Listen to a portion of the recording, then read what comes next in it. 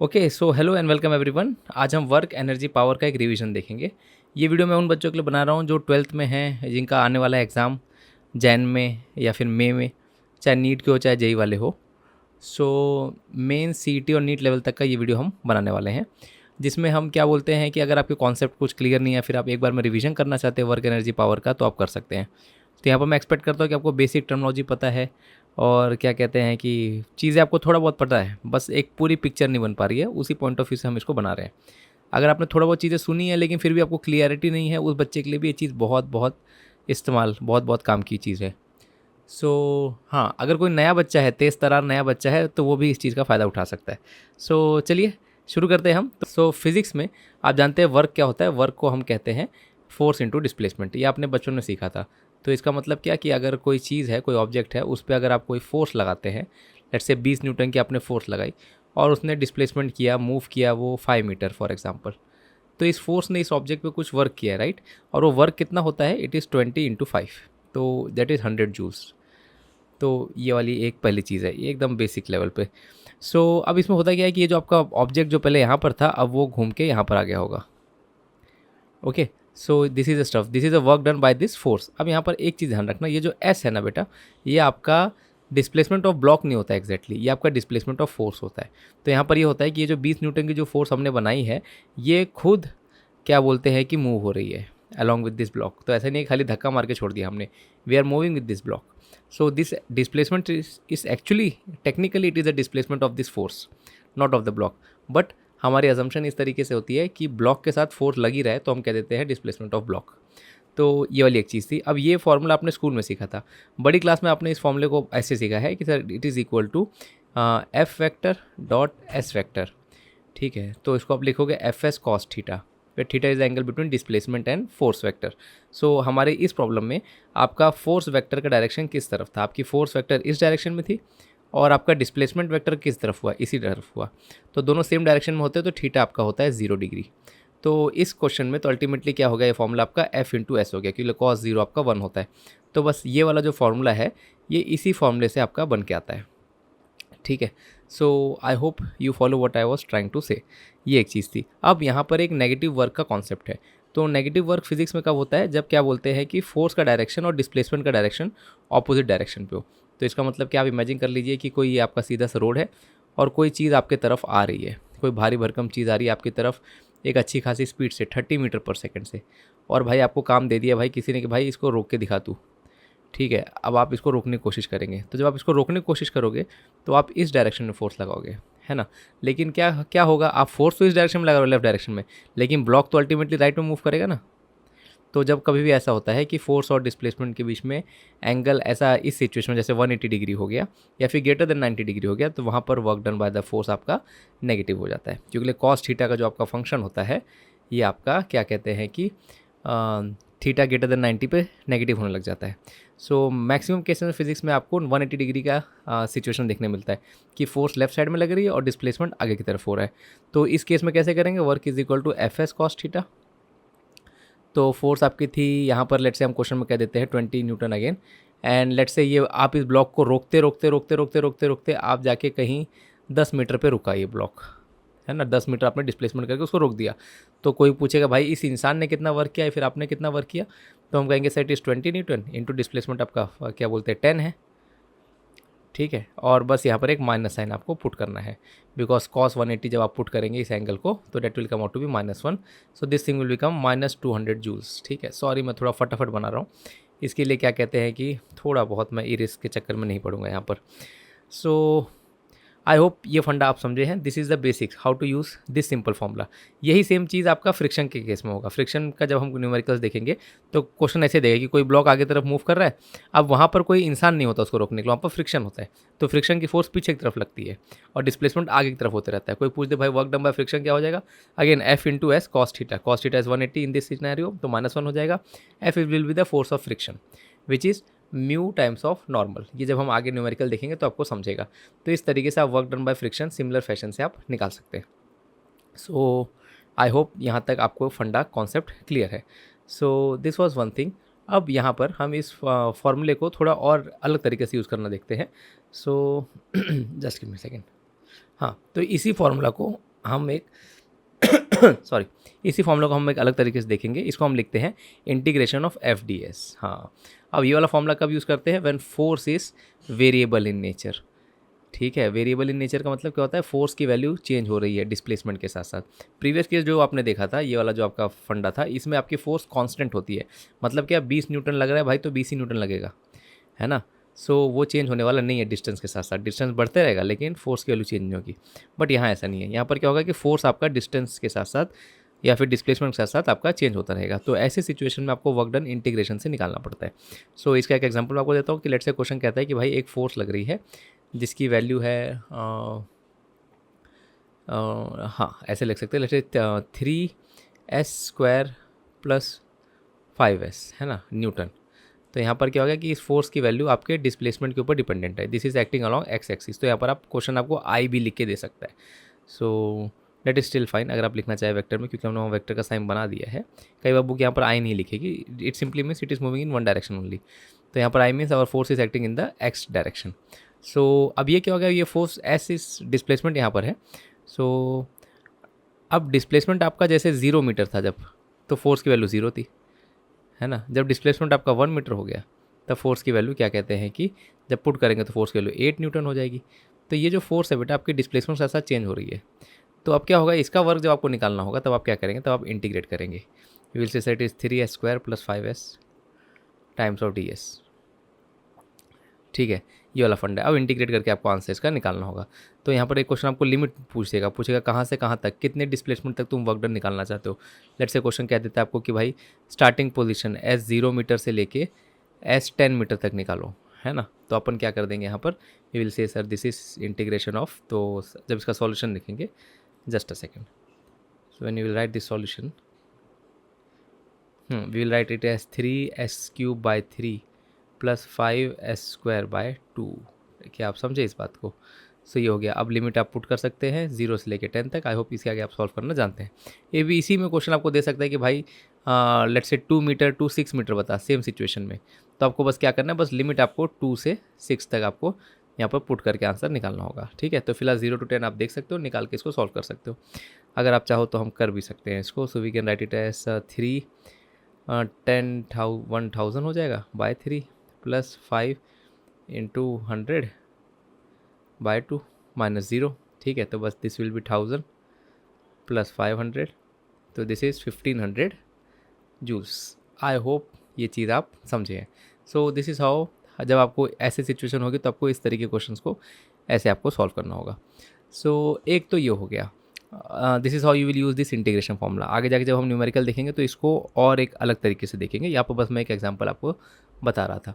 अब यहाँ पर हमने एक और वर्क का जो फॉर्मूला देखा था कि work is equal to F.ds, उसको थोड़ा सा और डीपली देखते हैं। उसके ऊपर एक बहुत अच्छा न्यूमेरिकल देखते हैं। सो F.s डॉट प्रोडक्ट से आप कैसे कर सकते हैं। तो इसी में क्वेश्चन आपको कहेगा कि भाई एक फोर्स लग रही है आपकी 2i plus 3j minus k Newton minus 5k Newton. आप कहेगा कि इस ऑब्जेक्ट ने किसी चीज़ का डिस्प्लेसमेंट कराया है एंड उसका डिस्प्लेसमेंट वेक्टर है, क्या कहते हैं, 2i प्लस 5j, और k नहीं है फॉर एग्जांपल। ठीक है, k नहीं है मतलब 0 की आप मान सकते हैं। तो अब इस सिचुएशन में आप वर्क डन कैसे निकालेंगे, you will just use this formula. So different formulas we will use in different scenarios. Okay, so ये वाली चीज़ आपको बस ध्यान रखनी है। तो अब कितना हो जाएगा बेटा, 2 2 4 हो जाएगा, 3 5 15 हो जाएगा एंड 0 5 0 हो जाएगा।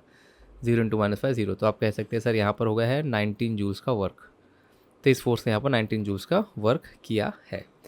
आई होप यहाँ तक आपको ये बात समझी है। ठीक है, अब ये जो फोर्स है ये भी कांस्टेंट नेचर की है, तो इसीलिए हम इस चीज़ को अप्लाई कर पाए। कोई पूछते भाई इस फोर्स का मैग्नीट्यूड क्या है, तो हम बता देंगे भाई it is √2² plus 3² plus minus 5², जो भी वैल्यू आती होगी। तो √4 plus 9 13 and 25 makes 38 I guess. Yes, so I hope बच्चा आपको ये चीज़ समझी है कि कैसे आपको फॉर्मूले को इस्तेमाल करना है। So this was one thing. अब इसी चीज़ को क्वेश्चन एक अलग तरीके से कह के बताएगा। अब इसी पे हम कुछ क्वेश्चंस और देखते हैं इसी फॉर्मूला पे। सो लेट्स से क्वेश्चन कहता है कि आपको इसी फॉर्मूला पे आपको क्वेश्चन सॉल्व करना है। Work is equal to F.s। So let's say हम कहते हैं कि भाई हमारा एक फोर्स लग रहा है 2i प्लस 4j न्यूटन, है ना। अब क्वेश्चन कहता है कि इस फोर्स ने एक पार्टिकल था स्पेस में जिसकी इनिशियल पोजीशन थी 0,2 एंड बाद में उसको इस फोर्स ने डिस्प्लेस कर दिया है 4,-5 पे।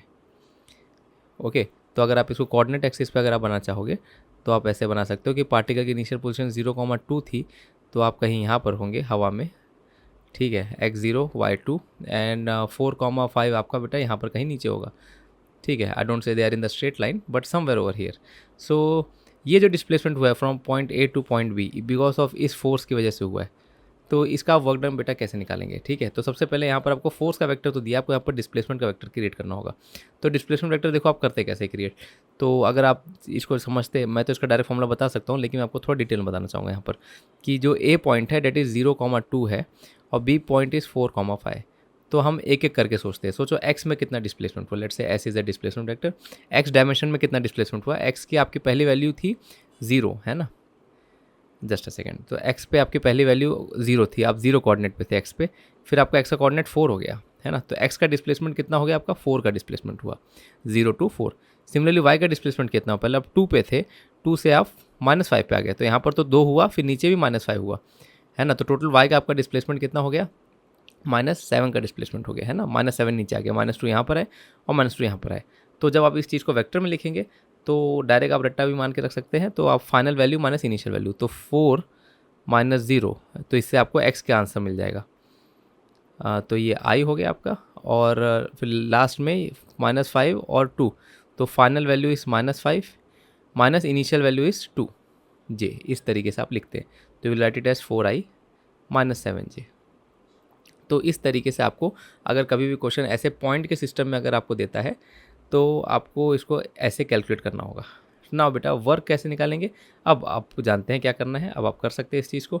तो डायरेक्ट अगर मैं बता दूं भाई, 4 × 2 = 8 हो जाएगा एंड -28 हो जाएगा, तो आपका हो जाता है -20 जूल्स। आई होप ये वाली बात आप अच्छे से समझे हैं कि कैसे इस सिचुएशन को डील करना है। अगली सिचुएशन हम देखते हैं, अगली सिचुएशन में क्या होगा, सेम तरीके से, बस वो इसी चीज़ को थोड़ा अलग तरीके से लिखेगा, सारी बातों को। तो हम वापस इस सिचुएशन में इसी फॉर्मूला को यूज़ करेंगे। रुको, मैं क्या कहते हैं, नेक्स्ट पेज एक ले लेता हूँ भाई। नेक्स्ट पेज कैसे लेते थे हम, हाँ। सो नेक्स्ट पेज पे आप देख सकते हैं कि लेट्स से क्वेश्चन आपको कहता है कि भाई एक फोर्स है जिसकी वैल्यू है 10i + 8j + 2k न्यूटन। अच्छी खासी भारी भरकम फोर्स है। ये फोर्स लग रही है एक उसने एक किसी मास को या किसी पार्टिकल को एक पोजीशन से दूसरी पोजीशन पे चेंज किया, एक पोजीशन से पोजीशन दूसरी पोजीशन पे भेजा, एंड लेट्स से पहले पोजीशन का पोजीशन वेक्टर दे के रखा है आपको। कहता है कि भाई ये 2i + 5j + 1k था पहले पार्टिकल का पोजीशन वेक्टर, और दूसरे पार्टिकल का जो, और मतलब वही पार्टिकल जब दूसरी पोजीशन पे चले गया तो उस जगह पोजीशन वेक्टर है आपका let's say 1i + 2j + 3k। Okay, तो आप कहेगा कि बताओ वर्क डन कितना हुआ। तो ऐसे सिचुएशन में अगर आपको डिस्प्लेसमेंट वेक्टर निकालना है तो आप क्या करेंगे, आप इन दोनों वेक्टर्स का बस सिंपली सब्ट्रैक्ट कर देंगे।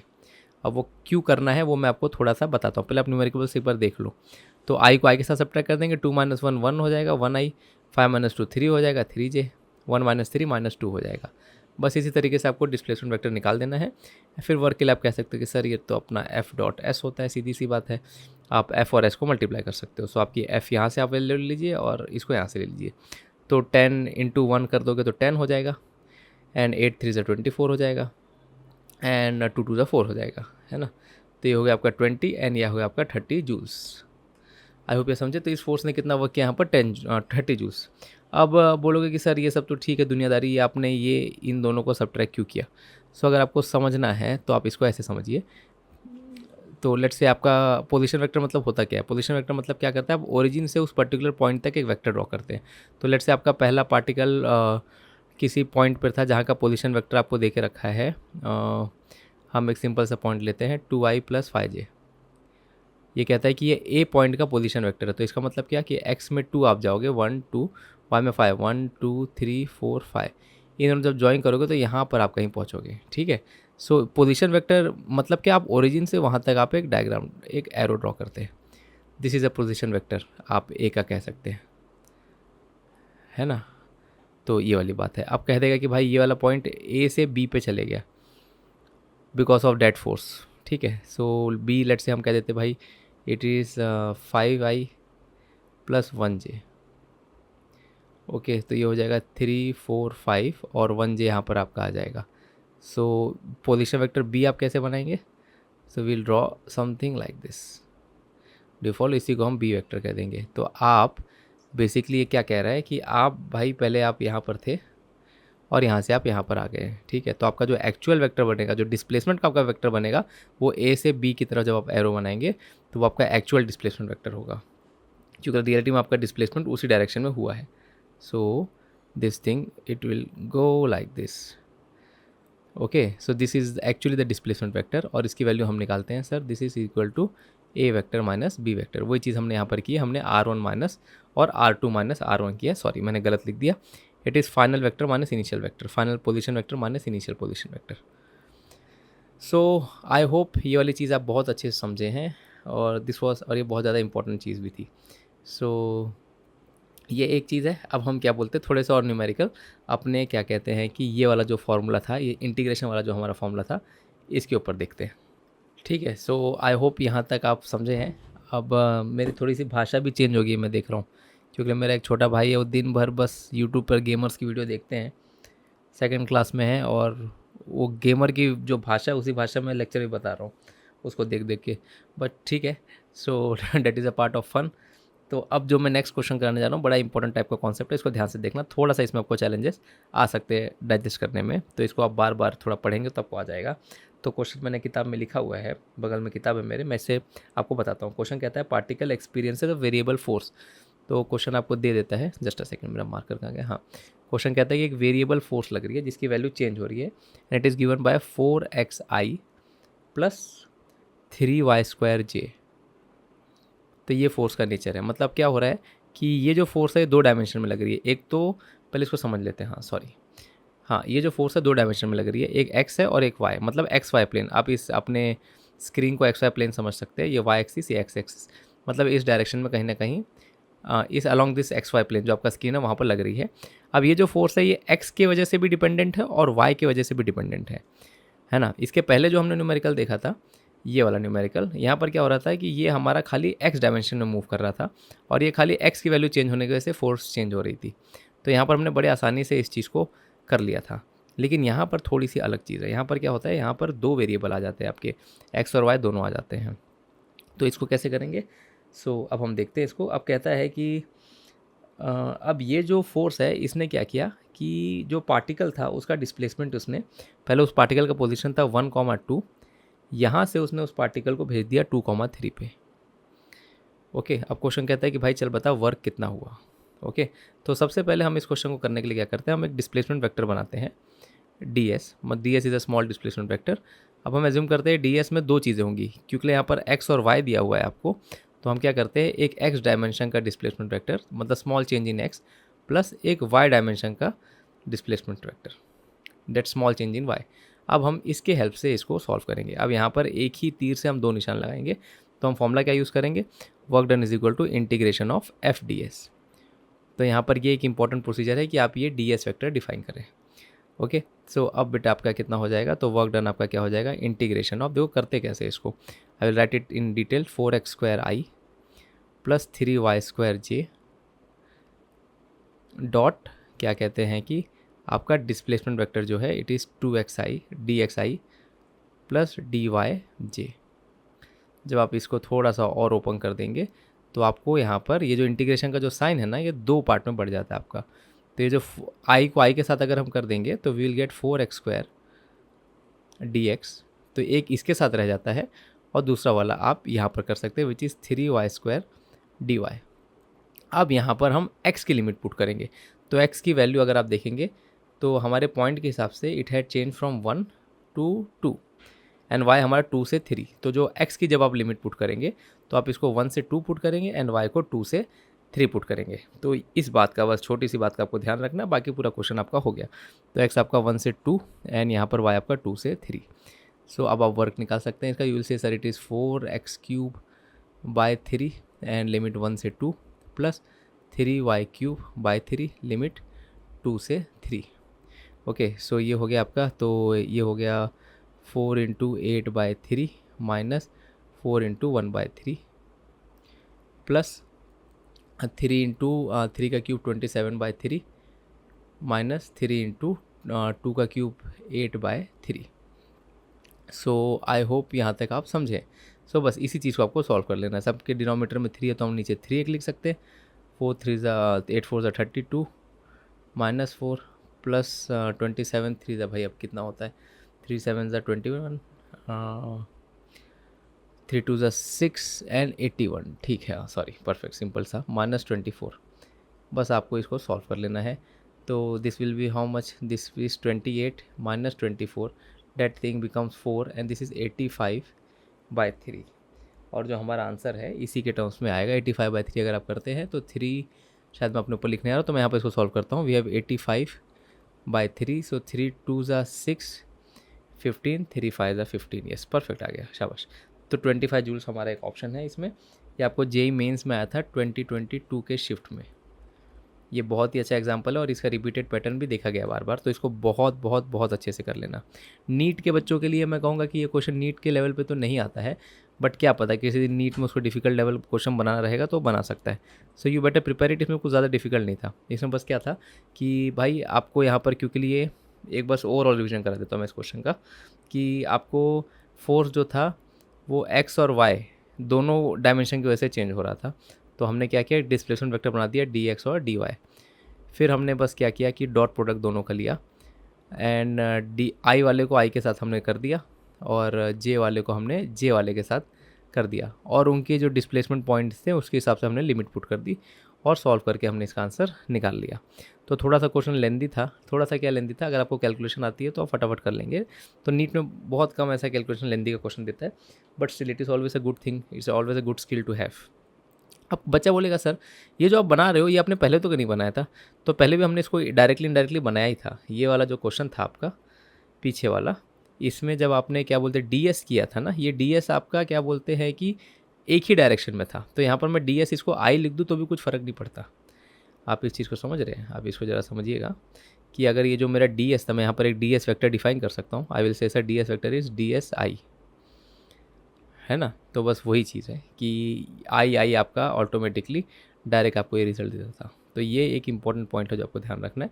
1 डायमेंशन में तो अपन जानबूझ के ऐसा ऐसा कुछ लिखते नहीं है, लेकिन 2 डायमेंशन में it is always good, it is always handy. So I hope you have understood this concept what I was trying to say you. मैं एक और क्वेश्चन देखता हूँ कि भाई कोई क्वेश्चन हमको मिलता है कि नहीं। हाँ, एक और क्वेश्चन देते हैं, थोड़ा अलग टाइप का है, मतलब ऐसे टाइप का है, बस उसमें वाई के डायमेंशन में चीज़ें चेंज हो रही है। ये भी अगेन आपका जेई मेंस के हम कर रहे हैं। So next question is like this. Question कहता है कि आपका again this was asked in 2021, just a second, the colour, हाँ। सो क्वेश्चन कहता है कि भाई एक फोर्स लग रही है आपकी कहीं पर एंड फोर्स का जो है इट इज़ 5y + 20j, ठीक है, अलॉन्ग y एक्सिस लग रही है। इसका मतलब ये फोर्स आपकी newton acts on a particle. The work done by this force when the particle is move from y = 0 metre to y = 10 metre, ठीक है। तो अब आप चाहे तो यहाँ पर आप एक dy एक vector which is displacement along y आप डिफाइन कर सकते हैं, which is equal to nothing but dy j, है ना। आप चाहे तो इसको डी वाई बोल दे, चाहे तो आप इसको डी एस वैक्टर बोल दे, डेट डज नॉट मैटर। अगर कोई बच्चा कहना चाहता है कि सर मैं इसको डी एस में लिखना चाहता हूँ तो आप लिख सकते हैं। वैसे तो बस समझने के लिए, अगर कोई बच्चा नहीं समझ पा रहा है तो मैं इसको जानबूझ के ऐसे लिख के बता रहा हूँ आपको। You can say sir this is D Y J, है ना। तो I know sir that's this is the force vector, so I will know work is equal to integration of F D S. Okay, तो अब दोनों ही जे जे के थे आपके, तो डायरेक्टली 5y + 20 का इंटीग्रेशन विथ डी वाई, ठीक है। एक ही डायमेंशन है तो अपन एक ही तरीके से इसको कर सकते हैं। This will fruit us 5y² + 20y। बस ये आपकी इंटीग्रेशन की थोड़ी सी बेसिक नॉलेज टेस्ट करता है। 0 से 10 आप लिमिट पुट कर सकते हैं। तो ये कितना हो जाएगा भाई, 500 250 + 20 आपका आ जाएगा 270 जूल्स। आई होप ये वाली चीज़ आप अच्छे से समझे हैं कैसे इसको यूज़ करना है। सो दिस वॉज ऑल बेटा, ऐसे ही करना था आपको। अभी यहाँ पर लेट से वो एक्स भी अगर कर देता, लेट से इसी फोर्स को क्वेश्चन आपका कहता कि भाई हमारे पास एक्स भी है, तब क्या करते। तो लेट से हमको क्वेश्चन कहता सर दिस इज़ 5y, फिर यहाँ पर वो मेंशन करता 5yj + 3xi, है ना। फिर वही पुराना फंडा आपको लगाना पड़ेगा। लेट से क्वेश्चन कह देता है कि ये इसने चेंज किया पॉइंट के पोजीशन को 2,0 टू लेट से 5,10। बस वही चीज़ है, आप एक डिस्प्लेसमेंट वेक्टर डिफाइन कर सकते हैं dxi प्लस dyj।